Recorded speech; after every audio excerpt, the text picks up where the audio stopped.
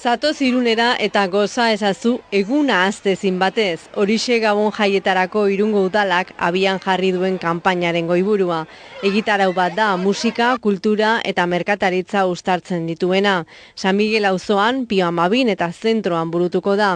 Es un potencial comercial el de Irún que va a atraer este año más que nunca a visitantes de otras ciudades de nuestro entorno. Y en eso estamos redoblando nuestros esfuerzos. Musika, magia eta breakdance ekitaldiak antolatu dira. Porque no es lo mismo lo que se trabaja durante el año en el centro que la música que tienen que tocar, pensando en atraer a gente y en crear esa atmósfera navideña. Dantza ere osagaietako bat izango da, dantza originala. Cuando se pongan los semáforos en verde, pues vamos a hacer unas historias ahí.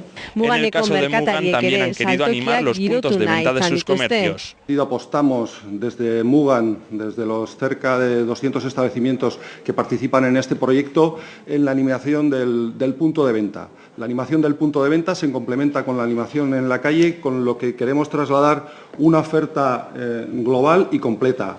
Bestalde, Irunzen ekimeneko edizio berria aurrera eramango da.